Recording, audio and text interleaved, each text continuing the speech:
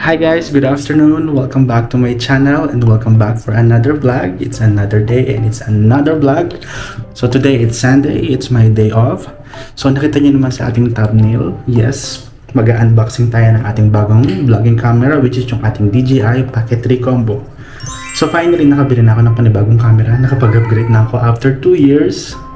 I've been planning to buy or to upgrade the camera for a few months now, but I'm still hesitant kasi ang goal ko is to sell this Pocket 2 para makapag-upgrade sa Pocket 3, but I cannot wait because I've been waiting for almost 2 months. I think naghanap na ako everywhere sa lahat ng mga malls dito and napakahirap makahanap or at least makapagpa-reserve itong DJI Pocket 3. But luckily last Thursday, so nag-search pa rin ako sa Google to finally see kung meron ng available device dito sa Dubai, and luckily sa dami kong sinerch nakakita ko sa may Burjuman Mall sa may Eros. So doon ako nakabili ng ating DJI Pocket 3 Combo Creator. Medyo mahal siya kasi yung friend ko nakabili sa may Sharap TG.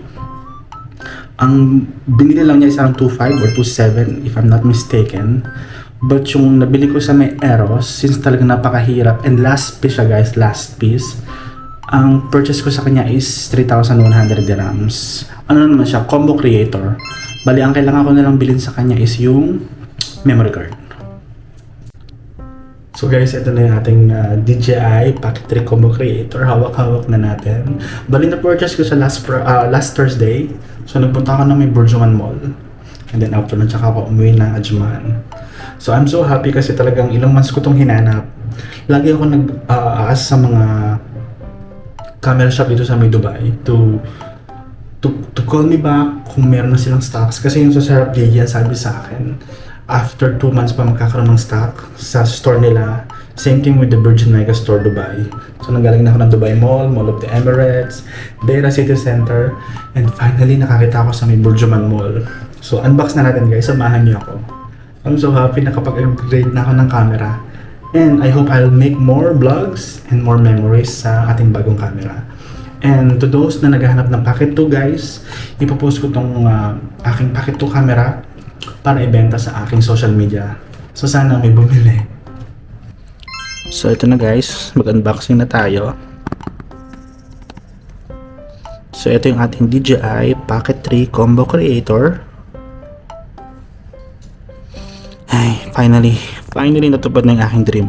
Before yung Pocket 2 ko kasi ano lang yun, yung standard version lang. So ngayon bumili ko na yung Combo Creator. Meron na tayong mic, meron na tayong wide angle lens, diba? Kompleto na. So ito siya. So let's start the unboxing.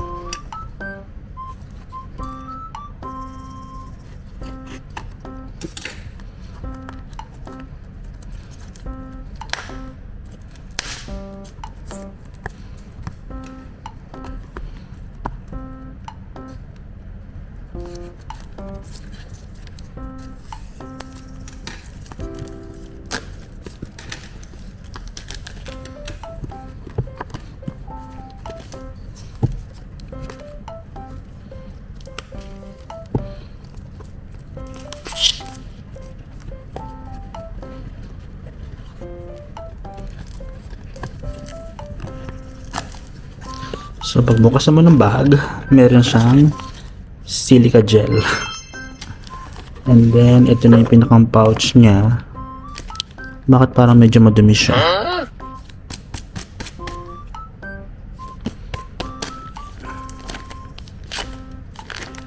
So ito yung pinakang pouch niya.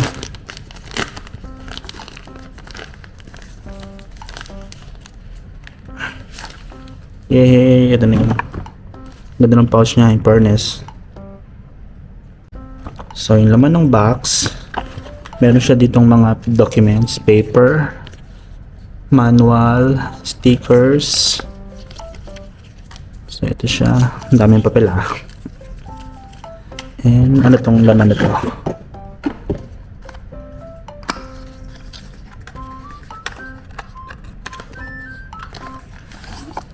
Okay, ito yung kanyang protective case.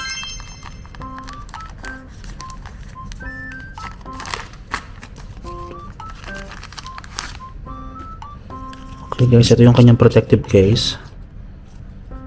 So ito yung lagay ng kanyang lens. Okay. Nabuksan na natin yung pinakang pouch.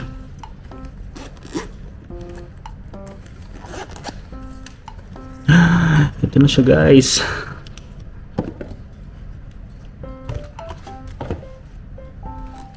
So pag open natin ng box, ang una natin makikita is itong battery handle. Open natin siya. Ganda. So ito yung battery handle niya. Okay, next. Okay, next is itong kanyang mini tripod.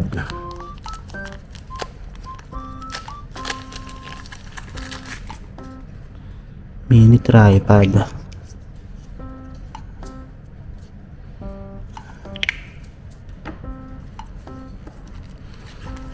Of course, ito yung charger niya, yung C-type.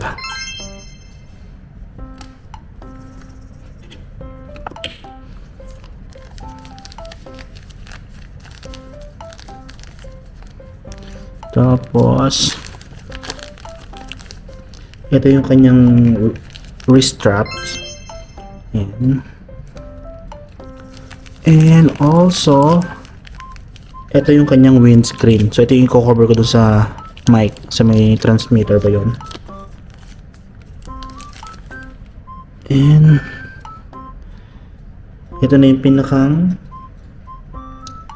transmitter or mic.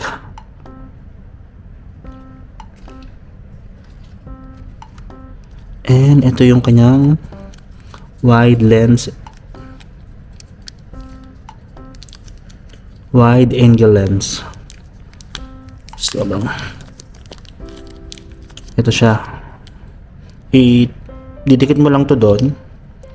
Tapos mag-attach na siya dun sa camera. What else? So meron din tayo dito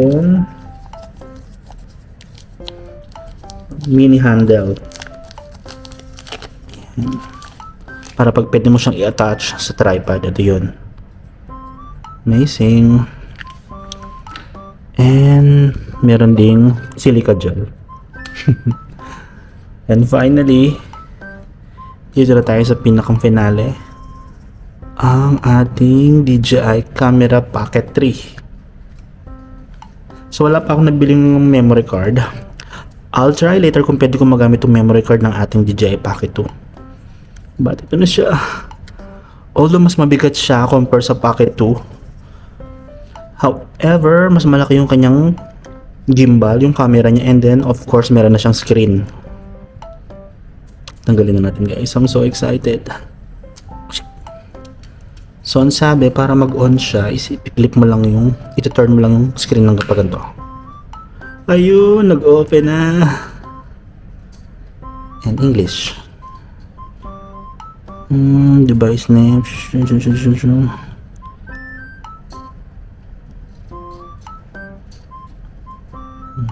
Mamaya natin sa setup. Tapusin lang natin yung ating unboxing. So yun siya pag i-rotate. Hi! Wow, ang ganda, ang linaw ng camera. Wow. Grabe, ang ganda guys. Walang-wala yung Pocket 2. Sobrang linaw ng camera oh. Parang ako naka-makeup. Sobrang kinis ng mukha. So, pag ibabalik siya ka ganon. Whoops. Hello again. Focus mo, mag-focus ka. So ito na siya guys. Medyo nakakapanibago kasi ang laki nga. May screen na siyang malaki. And grabe yung camera niya. Sobrang linaw. Paano ba yung picture niya? Okay, let's take photo. Kahit yung sa picture niya guys oh. I'm so happy. Sana mabenta ko na tong packet ko para mabawi natin yung para makapagbayad tayo sa ating credit card. Kasi ginamit ko lang yung credit card ko to purchase this Pocket 3. Actually, nung tinawagan ako ng Eros sa may Burjuman Mall, Hindi na ako nag-isip pa talaga. As in, sabi ko reserve and I'm going to pick up tonight. So bali guys, ito yung cover niya. But I read so many bad reviews about this cover. Kasi ito daw yung nagkakos ng pagkasira ng gimbal. Itong Pocket 3. So I ordered few accessories sa Temu and it will arrive within 3 to 5 days.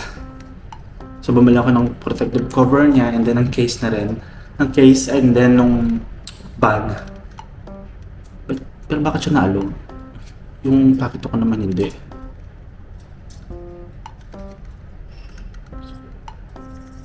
I'm scared kasi ang mahal ito guys. To be honest. Almost 40 plus thousand pesos. So it's 3,100 dirhams. In pesos, it's almost 40. I think it's 42 or 43 or 44,000 pesos. And finally, meron na tayong mic. Meron pala itong kasamang magnet. Nasaan yung magnet niya? Meron dapat siyang kasamang magnet, diba?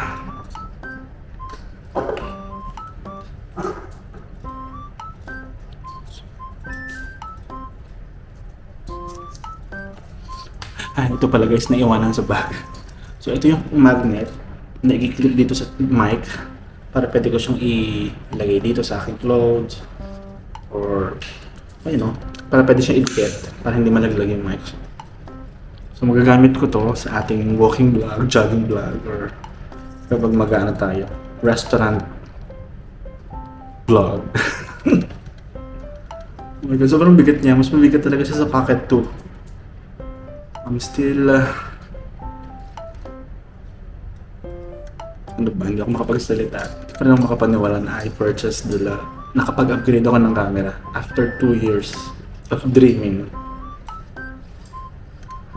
And finally, meron na tayong Pocket 3. Try ulit natin.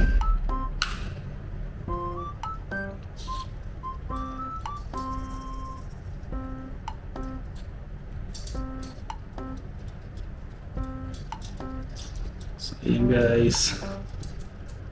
Nakalinaw niya.